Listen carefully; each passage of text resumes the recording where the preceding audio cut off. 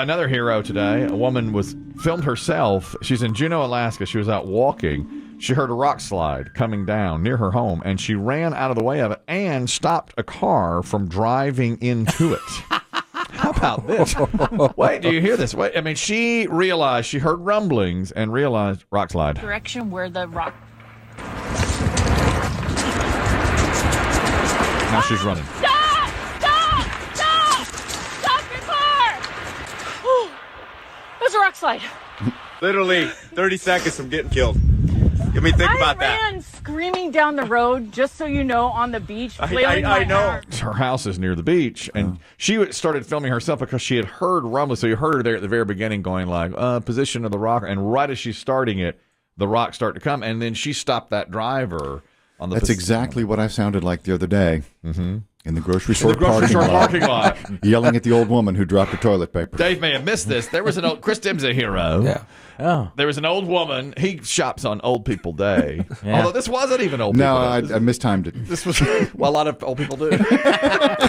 They oversleep. I forgot what day it was. They don't know. You know, you lay on the couch and nap and you just miss it. And Chris Demm saw a woman, and she was making her way out to her vehicle, and she had a big package of toilet paper on her cart, but there had been one package of toilet paper left behind. Oh. And Chris Demm saw it, put two and two together, grabbed the toilet paper, rushed to her.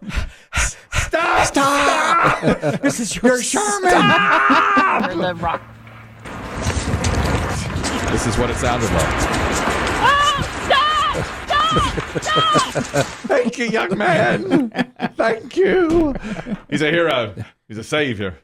No. Life is good. That's right. He got. Hey, that's right. Like Zach. Like Zach. Him and Zach. It's nice to be Zach nice. and Nick. Yeah. People say, I went to the grocery store yesterday, had to buy a case of wine, hosting Easter. Is one enough? Is that going to get through the weekend? Good question. My wife told me to lay off the crab dip through the weekend. That's our appetizer. And I bought her a case of Chardonnay. And we went pretty spendy. Kendall Jackson. Ooh, man. Okay. Well, they had it on sale. And so my wife said, whatever you do, don't come into this house without 12 bottles of Kendall Jackson. So I said, okay. And then she said, make sure they give you the case discount. If you buy a case, you get a discount. Many times. You're right. Okay. She's correct. All right. And this is kind of the opposite. Very, very young person was checking me out. And he had in his AirPods. What? At work? At work. Really? While he was checking me out. Not Yeah. cool. Was he hearing impaired? Oh, man. Oh, dude. Well, then that's okay. Oh, now that you mentioned it, Dave, it's possible. I'm sure they were. I don't know. It looked like those little AirPods that Right, my right. wears, you know. I don't know. But I said, as I walked up, I said, do I get a case discount? And he goes, probably. And I said, okay. So he rang everything up, you know. And I said, did I get that case discount? And he goes, I don't know. My wife had really drilled this into me. She's like, get the case discount. But there was a big line behind me, and he's like, thank you for shopping here. And I was like, okay. Did you review the receipt? Well, it's hard to tell because I have one of those very important customer cards, and each bottle was on sale. It's usually like $16, and it was $11.99, and so I got the discount for all that. But for buying the full case, I don't think I got the discount. Sometimes the machine knows that you bought 12. Well, I hope it did. And it kicks in. The guy did not. I'm hoping it did. And I hid the receipt from my wife because I knew she'd be checking. And she'll be checking behind me today. I can guarantee she'll be asking me about that. Did you have to lay in some beers for Daddy? Oh, yeah. Got a few. Because I know you're not a Chardonnay man. No, got a few Ultras. Got a few Modelos. Yeah, okay. good stuff. Got the crowd coming over. Got a ham. Oh, yeah. Got a ham. Good. It's really going to be nice. I'm excited about it. You should be excited. And, you know, we don't work the next day, and I'm hosting, so look for me to tie one on. Tip it back, baby, is what I say. Watch the end of the RBC. Yeah. You darn right. I'm going to watch the end. I'm going to say that lighthouse, that's my thing. Oh, yes, the heritage. I've been there. Yeah, that's exactly right. That's exactly right. We're going to have the heritage on that. It's red and white lighthouse. That is going to be good. This is a bad story now. This is about someone being impaired, visually impaired. A blind person was turned away from a restaurant in Houston, a bar and grill, because the owner there said, we don't allow dogs in here. and it's a service dog. And he's legitimately got a service dog. Not a, what's the other word? Support. No, this is a service animal. Yes, the support animals are doing no favors. Exactly right. To the truly impaired. No, they're hurting them. That's exactly right. That's where this comes in. There's something there. The ABC affiliate there is called like 8 on Your Side. And this guy called 8 on Your Side. His name is Mike Keach. He went into this restaurant in, and I said Houston, it's Hudson, Florida is where he is. So he's in Hudson, Florida. And he goes into this restaurant, and they tell him, you're out because of the dog. And so he's telling his story now to the ABC affiliate. And what bartender came from around the bar and said, I'm sorry, I can't serve you. Before we even tried to order. And I said, what's the problem? And she says, my boss almost fired me because I let you in 3 weeks ago. And I said, that's not right. I said, this dog is, protected by the American Disabilities Act. Mike tells me he showed the server this ID card certifying Nico's training and explaining the law. But after a call to her boss, they were told to go. I don't need to take this. You were just there to get a bite to eat. I just wanted a hamburger with mushrooms, and a couple of Budweisers. That's it. You know how that is. Yeah. Give me a hamburger with mushrooms and a couple of buds. So the bartender calls the owner. Walking out, he tells me, was humiliating. And there must have been, and I'm not exaggerating, at least 25 to 30 people out there in the parking lot cheering us on. Standing around the car, stopping us. We had to roll the window down and talk to them.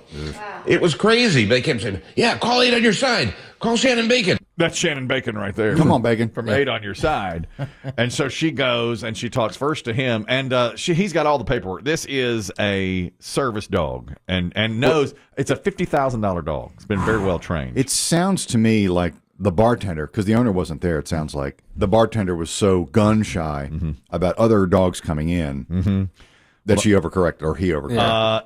That would be your thought. She called the owner, and the owner told her, get her out. No dogs. Get him out. No dogs.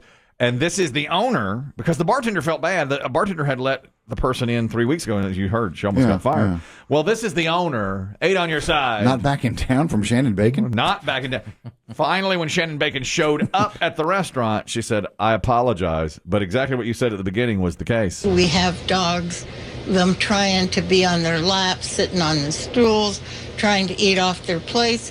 And it's a little difficult in recognizing what's legitimate and not legitimate. So she just made this policy, dogs out. You can't come in here with your dog. But it's the support animal that can't come in. The service animal can come in. And this guy should have been let in. Right. So she's apologized to the guy. But he says now that cheeseburger with mushrooms leaves a bad taste in my mouth. If someone has, Kelly, you have a friend, Dave, you have a friend that has a support animal, yes?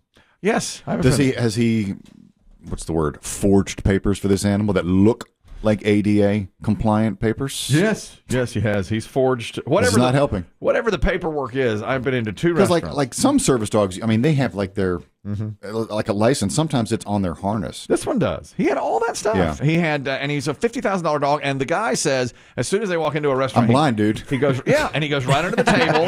Look at my eyes. Yeah, and he goes right under the table, and nobody makes us. There's no problems. The dog never gets on anybody's nerves or anything. It's trained. It's That's how trained. you know that they're. Yes, I mean, those dogs are. They're cool, man. Yeah, they're working. Yeah. Now my friend carries his on his lap, and he tried to get my quesadilla one day. This is what's called not helping. That's right. And he said, "Yeah, I forged a lot of paperwork because my dog goes where I go." And I said, Your wife is going to get into that territory, She's Kelly, wanting to with her dog. She's trying to. Believe Have me. you been to restaurants with the animal? With our animal? No. Yes. No, I have not. No. My wife travels with that animal when we're picking up our children. Has she ever taken the animal into a grocery store? I don't think so, no. She doesn't have any paperwork, but my friend does. And I think that is beyond annoying. Agreed. It's you hate to say it, stolen valor. It is stolen valor. But it's a I agree. It's a powerful allegation, but it's stolen valor. I have to tell you, those are working animals. Those working animals are getting a bad rap. I couldn't agree with you more. It's not fair. It seems completely wrong. Nobody wants to see your dog at the brewery. Completely wrong. I know they're welcome, but Jesus. With another local news story. This one is from Texas, from Houston. Your former colleague, Brianna Connor? Yes. Covering this story. Oh, yeah. She's working. She's a good reporter. She's a good friend. I like her. She was covering the story of a local car dealership that had been vandalized. A woman had gone into a car dealership, and it's caught on video, and it is a woman who goes in there, and she does a lot of different things. First of all, she paints Jesus loves you all over the inventory. The inventory. She broke out some glass of several of the vehicles. She stole a Mercedes, and surveillance video shows all of this. This is at a used car lot called Texas Trust Auto Sales. Happened on Monday, and the owner of the dealership came in and said, "Boy, whoever did this has done some real damage." I really thought that this is not the one person doing. And then when I found out it was a female, that even shocked me even more. A little bit sexist. A little bit. Yeah. A woman can vandalize a car dealership just as well as a man. Exactly. It's the truth. This is, come on, where are we in society? Now, this man's the victim, and the woman looked right in that camera and just like, what? And you could see her face, and she started painting the number 7 on a lot of things and Jesus loves you on a lot of stuff. Which, to me, something about her I like. It's Easter. That's that season. Exactly. But then she wrote on there, Anexa. I love Anexa was written on the hood of one of the cars. I love Anexa. And the owner of the car dealership had one question. We don't know who's Anexa. I don't know. We don't know. We don't know what's still going on. Common name. No, but she did. And now she's on the loose in a brand new Mercedes. It's not the digital assistant with the name that's similar. Well, I don't know. That's what I was thinking. Is it possible that it's the that lady? Maybe she misspelled from Amazon. Alex. Anexa is what she said. And the guy said, we got to catch her. This person can do a lot of damage if he's still on the run. Thinking that perhaps this person is going from dealership to dealership. What was she wearing the night of the crimes? She had on a hoodie. She had on all black, but her face was uncovered. And she stared right into the camera as if to say, come get me. So we've seen it. But we don't know. That's all the clues they have. They'll get her. Video. I think they will get her, of course. The thief got away with a gold Mercedes SL 500 hardtop convertible, and the owner says that's going to take a big bite out of him. Sure he's enough. got to get that back, of course. Yeah. He said, you get a big hit like this, that's a huge That's loss. inventory. Ain't got much of that to begin with. That's right. This is a local dealer, Houston, Texas. Talk about stolen valor, the ugly story here today. A guy pretended to be a DEA agent simply to get a discount at his local Wendy's. Flashed a badge and everything. 57 years old, Dave Stover, lives near Daytona Beach and loves Wendy's. But he says, the price is getting so high, I can't afford it. This is like me with chicken and pickles. Yeah. $11. $11 at lunch. Just for you. For the Kelly meal. For me, for the Kelly meal. Mm-hmm. And I didn't even get a Diet Coke. This was a sandwich, 12-piece nugget, and a water. A cup of water. Cup of water, that was it. That's You don't right. buy the bottle, do you? No, I go with a cup of water. A bottle's expensive. Yeah, bottle's more expensive. Been 13 then. And yes, you caught it. I went from an 8-piece nugget to a 12. I deserved it. I deserved it. For my birthday. Okay, fine. So what are the nugget sizes there at your joint? Well, you get 8, 12, and 20. I think So 8 is the smallest? 8's the smallest. You can go 6, I thought there believe. was a On the 6. children's meal, you can go 6. Why do that? Exactly. Yeah. And What do your children eat? They get nuggets and mac and cheese. And How many nuggets? Sometimes I get mac and cheese. They get 8. They usually get 8. Sometimes my daughter gets 6. And sometimes she'll go with a chicken strip, which is 4. But it's all pricey. Yeah. I mean, these prices are up right now. Yeah, you paying $35, $40 at a drive-through window. Well, the chicken industry's family been of 4. rocked. Yes, it has. That's true. The chickens, it's very, very expensive right now. Well, this guy, Dave Stover, who lives in Daytona Beach and loves Wendy's, knew a guy who just retired from the DEA. And he also knew that every time he went in and said he was a DEA agent, Wendy's gave him a 20% discount, which is their policy at that store, which I thought was that's pretty nice. I didn't realize that. I didn't think that was a deal. He would flash a DEA badge and they give him a 20% discount on his food. So this guy, Dave Stover, said, I'm a DEA agent. And they said, prove it. And he took out a little plastic badge that he had bought at Walmart. And they said, that doesn't look official to us. And he said, well, it sure is. Give me my Frosty. Most certainly is. I want my Frosty, and I want it right now. The manager came over and said, I'm sorry, sir, we just do not trust this badge. You'll have to pay full price or get a real DEA badge. And that's when he started yelling and screaming. They had to call cops. Yep. Stolen valor. That is stolen valor for sure.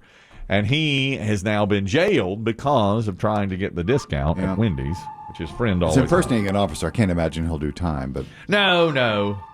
And his friend, I'm sure, is disappointed. I mean, it's like, geez, I just retired from the DEA, and you're doing this. If you retire from a job like that, do you have to turn in your badge, or do you hang on to that in perpetuity? How about you turn it in? Don't you think? I don't know. You can't. I've only seen cops do it when they get suspended. They make you turn it in. Or they'll throw it into a river. All right, McHugh, your gun and your badge. That's right. That's exactly right. And finally, and this is adult now. Yeah. We're adults here. We're going to talk about this. This has been written up in the Journal of Medicine in Switzerland. A 20-year-old man suffered recently a rare lung injury while pleasuring himself in bed. He had severe shortness of breath and went to the hospital. A pocket of air had leaked from his lungs and become lodged in his rib cage, which does happen.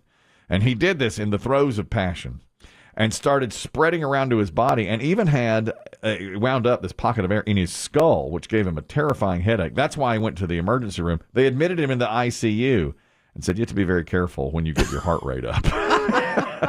What were you doing, sir? He couldn't say gardening, cutting the grass, running. Well, you got to tell the truth because they need to know for real what you were doing. He told the truth, and they wrote it up in the medical journals there. And this happened 6 months ago. Doctors say it can happen during rigorous exercise, violent coughing fits, or the throes of passion. And apparently he was. I thought your lungs were closed systems. Throes of. Wouldn't you think? Yeah. Is that what an embolism is? When air gets in your system? That's was that in your vein? That's what I was thinking. I think when a bubble of air gets into maybe somehow in your bloodstream, right? It says very uncommon, but can happen to anybody. That's what they say. Was the dude choking himself? See, that's the thing. Was he just jacking? Or doing something else? I didn't read the whole report. Were there medical pictures? With his face redacted, the black bars over the eyes, but chafing. The shame of it all, you know. The shame. God, that shame.